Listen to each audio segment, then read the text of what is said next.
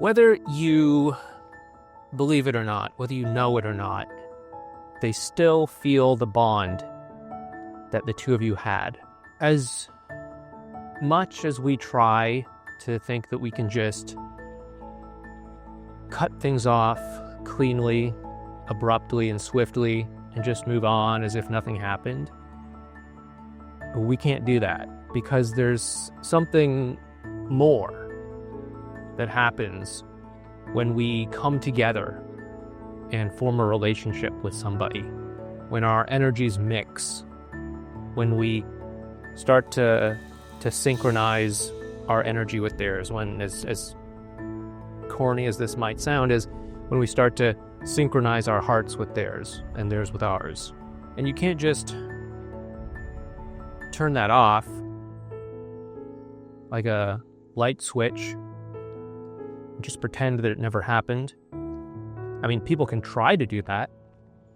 I've definitely seen people act as if they can do that.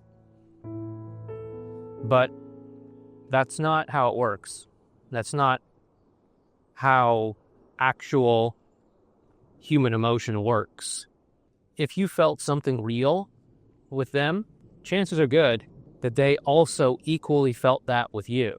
And chances are good that if this relationship is still having some sort of emotional impact, if it's leaving some sort of emotional footprint on you, then it also is leaving some sort of lasting impression on them as well too. They might try to pull away. They might try to cut things off. They might try to just act as if they never knew you for any number of reasons.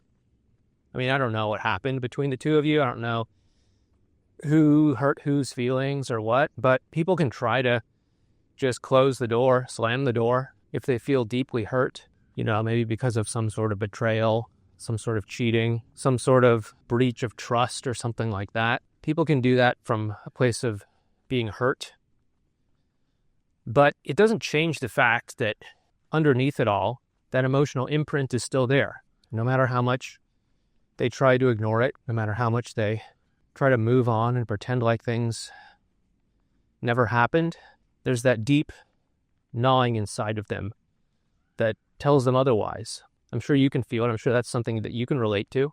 I'm sure, after this breakup happened, you probably tried to move forward as if nothing happened. You probably tried to put on a smile and go hang out with friends and go do things that you thought would make you feel better. Go out for drinks or go do things that you used to enjoy. But deep underneath it all, it probably felt hollow in a lot of ways. It probably felt like you were faking it. And maybe you went through the motions, I don't know. But deep inside, there was something else that was happening. And I want you to know that that's probably similar to what they're feeling as well, too.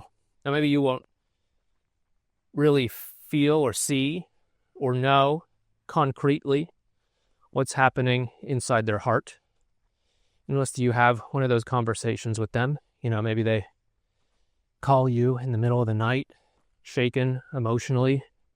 I just want to confess something to you. I mean, God knows that's happened to me. It's happened to countless people I've worked with. But maybe you won't get that. Maybe they won't call you in the middle of the night. And all you're left to go off of is what you see on social media or what your friends tell you or what they text you. But just remember, what you see online and what somebody tells you in a text probably isn't the full story, especially when it comes to social media. I mean, you and I, we know that social media is just a very curated glimpse into someone's life. It's how they want the world to see them.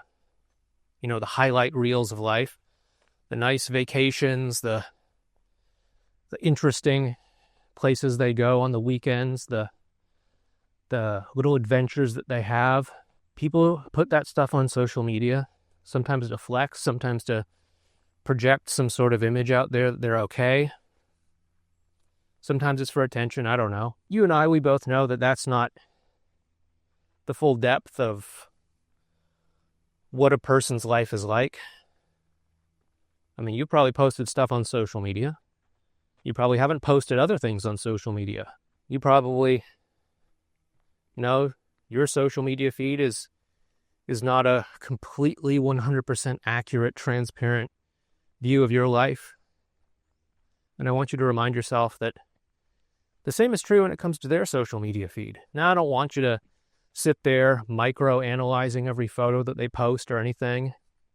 So like, oh, they're wearing that bracelet that I got them 5 years ago. Or, oh, I remember that t-shirt from our trip to this place or whatever. You don't need to do that. I don't know. Maybe there's something there. Maybe there's not. But I don't want you to drive yourself crazy looking for these micro signs or anything like that. What I want you to do is I just want you to know that your bond with them is probably a lot stronger than they're letting you know. And that as long as you keep putting in the good stuff between you and them, through a lot of the stuff we've talked about in these videos, connecting, being authentic, trying to take it down to the emotional level, trying to invite them into having a real, genuine, meaningful interaction and conversation with you.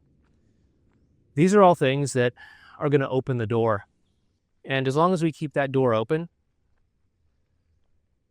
you never know when they'll be in that place finally, when they're ready to have that honest conversation with you.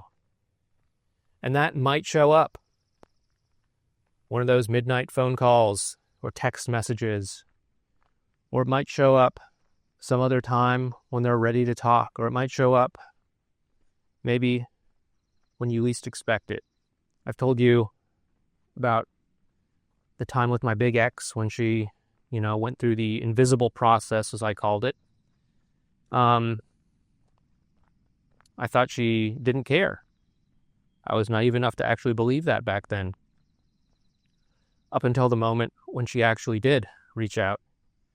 I didn't know that our bond was leaving such an impact on her. I didn't know that she was struggling with all of this. I thought that, just the way that it seemed on the surface was how it was. And I want you to remember that. Your job isn't to try to force the conversation to happen.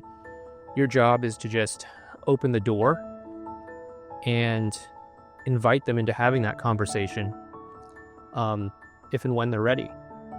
Because the connection that you had with them is going to weigh on them, and it's going to create the opportunity for them to want to reach out to you and for them to want to be honest and authentic with you. And if you take the time to create the right circumstances for them to have that conversation, that's when it can really start to show up. That's when it can really materialize. So just remember to do that. And just remember that being able to connect with them when that moment arises is going to be absolutely critical. What I want you to do is I want you to make sure that you're learning how to connect with them by learning how to connect with other people in your day-to-day life. And I want to show you how to connect with them in this video right up here. So please make sure that you check that out after this video. And thank you very much for watching this one. Please make sure that you like and subscribe, and I'll talk to you next time.